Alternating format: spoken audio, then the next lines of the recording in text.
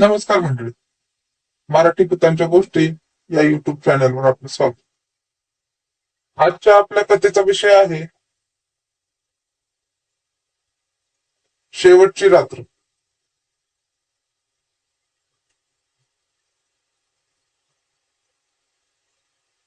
खरे तर सचिनचा भूत, देव आणि चकवा या अंधश्रद्धा पसरवणाऱ्या बाबीवर मुळीच विश्वास नव्हता. 13 तारखेला नीट पेपर झाला. गेले 2 वर्ष सचिन नीट म्हणजे वैद्यकीय पात्रतेची परीक्षेचा अभ्यास करत होता. पेपर एकदम छान गेला होता. आज त्याच्या डोक्यावर काहीच टेन्शन नव्हतं. तो पेपर देऊन रूमवर आला. तो शहराच्या ठिकाणी एका अडगळीत पडलेल्या चाळीमध्ये राहत होता.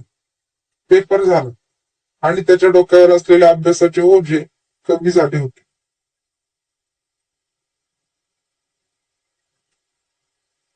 आज छान एन्जॉय करावं असे त्याला वाटत होते. आजचं तर खोली मालक सुद्धा नव्हते. ते कुठेतरी नातेवाईकांकडे गेले होते. सचिनने मित्रांना फोन केला, पण त्याची फार निराशा झाली. मित्र म्हणाले की आज पेपरमुळे फार थकलो आहोत. आपण उद्या काहीतरी पार्टी करूया. खरे तर 2 दिवस एन्जॉय करून मग रूम सोडायची असं सचिनचा बेत होता. पण मित्रांनी प्लॅनची फार वाट लावल्याने त्याचा मूड थोडा ऑफ झाला होता.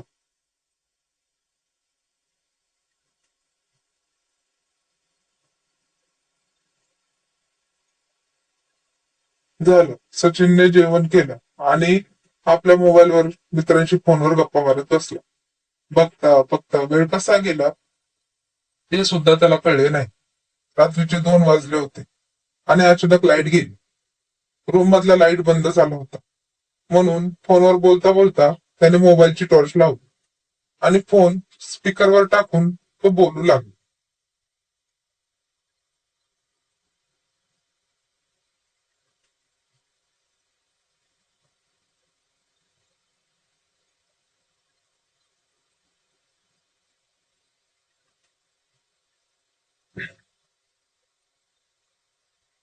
मित्राचा आवाज अचानक मध्येच अडकू लागला आणि फोन आपोआप कट झाला. त्याला वाटले की स्क्रीनला धक्का लावून फोन कट झाला असणार. त्याने पुन्हा कॉल करण्याचा प्रयत्न केला, पण त्याचे नेटवर्क पूर्णतः गेले होते. त्याने सहज बाजूला टॉर्च दाबली. बाजूला अंधारात 4 जण बसले होते, काहीही हालचाल न करता. त्याला प्रथम वाटले की भास असावा.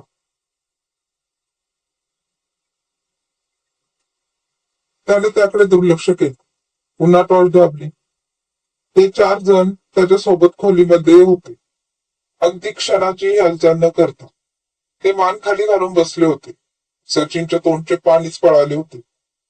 त्याने त्या चौघांचे चेहरे बघण्यासाठी टॉर्च दाबली. लपकन मोबाईलचा टॉर्च बंद झाला. त्याने मोबाईलची टॉर्च पुन्हा लावण्याचा प्रयत्न केला, पण काहीच उपयोग झाला नाही. त्याला दरदरून घाम फुटला.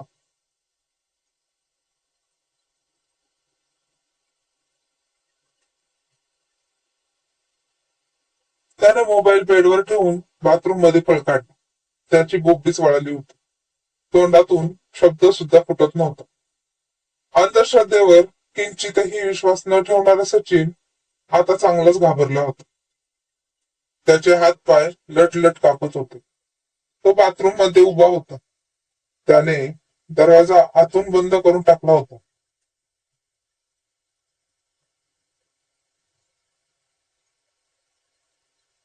लाईट गेली असल्याने इतका अंधार होता की त्याला त्याचे हात सुद्धा दिसत नव्हते. आता दुष्काळात 13वा महिना म्हणजे नळ अचानक चालू झाला होता. त्याच्या मनात आलं, एवढी भीती निर्माण झाली होती की तो राम नावाचा जपच करू लागला. मध्येच तो हनुमान चालीसाही म्हणत होता.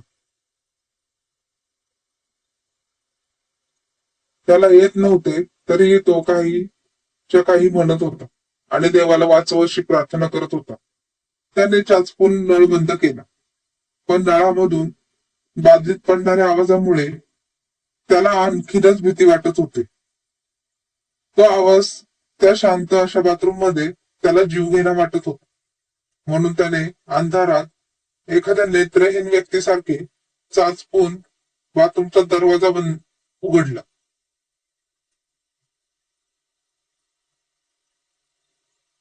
त्याने खोलीमध्ये धूम ठोकली. मोबाईल चापसून बघितले. आता मात्र मोबाईलची टॉर्च लागली होती. त्या अंधाऱ्या खोलीत त्याच्याशिवाय कुणीही नव्हते. त्यांनी सुटकेचा निश्वास टाकला. चला, वाचलो भू, असे म्हणून त्याने सहज थोड्या शंकेने मोबाईलची टॉर्च भिंतीवर टाकली. तसा तो आजीबाच्या आकांताने ओरडला.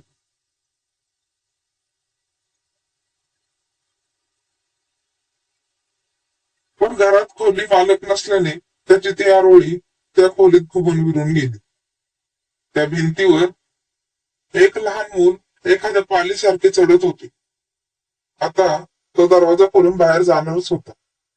पण जोरात कोणीतरी जोरात दरवाजा ठोकत होते. आता त्याच्याकडे खोलीत अंगावर चादर ओढून घेण्याशिवाय काहीच पर्याय नव्हता. तो अंगावर चादर ओढून झोपू लागला.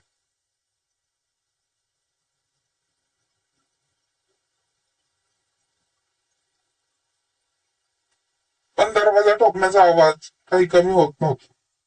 त्याने सहज जोरात विचारण्याचा प्रयत्न केला, पण त्याच्या तोंडातून शब्दच फुटत नव्हते. तरीही प्रयत्न करून त्याने काही बोलण्याचा प्रयत्न केला. कोण आहे?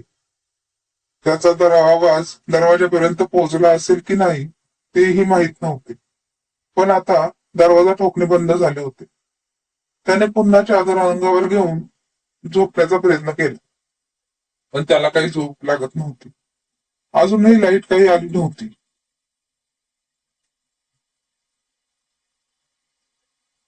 सगळ्या खोलीत भयानक अशी शांतता पसरली होती. पण ती शांतता फक्त 5 मिनिटापर्यंतच होती. त्या शांततेला भंग करणारा आवाज त्याच्या कानावर येत होता. काहीतरी चावण्याचा आवाज त्याच्या कानावर येत होता. तो आवाज आता त्याच्या जवळ जवळ येत होता. तो आवाज आणखीनच वाढला होता. सचिन आता घामाने पूर्ण ओला झाला होता. त्याला वाटले की कोणीतरी आपल्याला खाणार तर नाही ना, म्हणून त्याने मोबाईलची टॉर्च लावून खोलीमध्ये बघू लागला.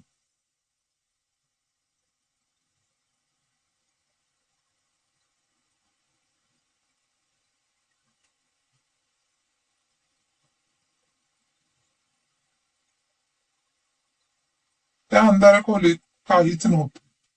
त्याच्या हृदयाची धडधड आता कमी होत होती. त्याचे लक्ष सहज बेडवर बाजूला गेले. तो पुन्हा एकदा जोरात ओरडला. कानाचे पडदे फाटेल असे त्याचे ओरडणे होते. कारण त्याच्या शेजारी एक माणूस झोपलेला होता. तो त्याच्या जबड्याची सतत हालचाल करत होता. काहीतरी चावत होता. त्याचा चेहरा पूर्ण जळालेला होता. चेहऱ्याचे मांस खाली टपकत होते. सचिन बेडवरून उठला आणि त्या आपल्या खोलीच्या बाहेर पळाला. खोलीच्या बाहेर सुद्धा अंधारच होता. पण त्याला त्याची पर्वा नव्हती. बाहेर कुत्र्यांचा कुकण्यांचा तो भयानक असा आवाज त्याच्या कानाला असह्य वाटत होता.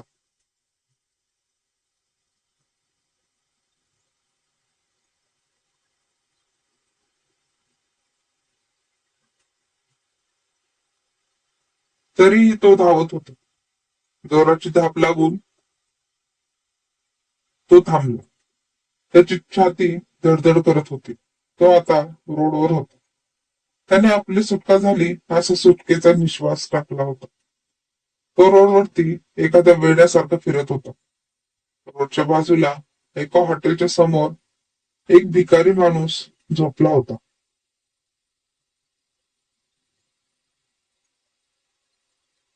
तो आधार म्हणून त्याच्या बाजूला जाऊन बसला. एव्हाना सकाळचे 4 वाजले होते. अजूनही उजेड पडला नव्हता. सचिन आपल्या मोबाईलवरून फोनवर फोन लावत होता. पण त्याचा एकही फोन लागला नव्हता.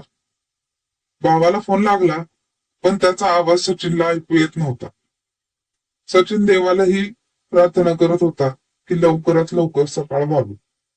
सचिनने डोळे आता पाणवले होते. तो रडायलाही लागला होता.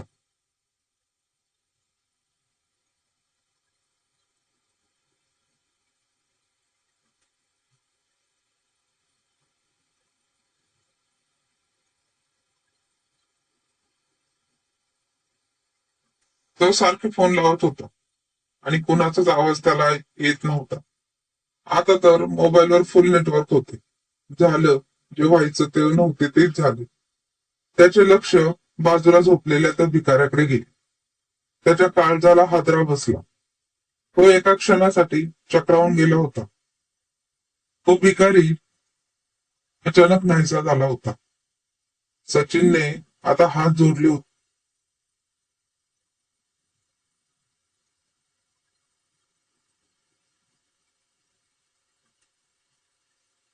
दुधाचे पाकिट घेऊन जाणारा अमूलचा ट्रक हॉटेलच्या समोर येऊन थांबला होता.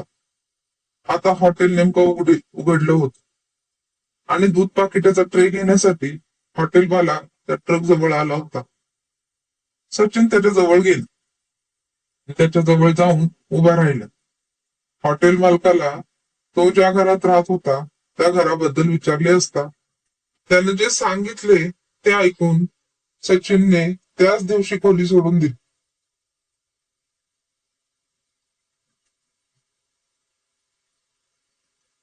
कारण त्या घराचे बांधकाम करताना एका मजुराचे कुटुंब त्याच ठिकाणी शॉर्ट सर्किट होऊन मरण पावले होते.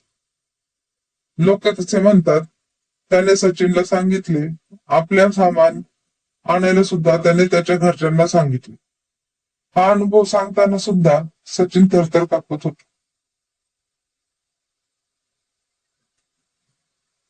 धन्यवाद.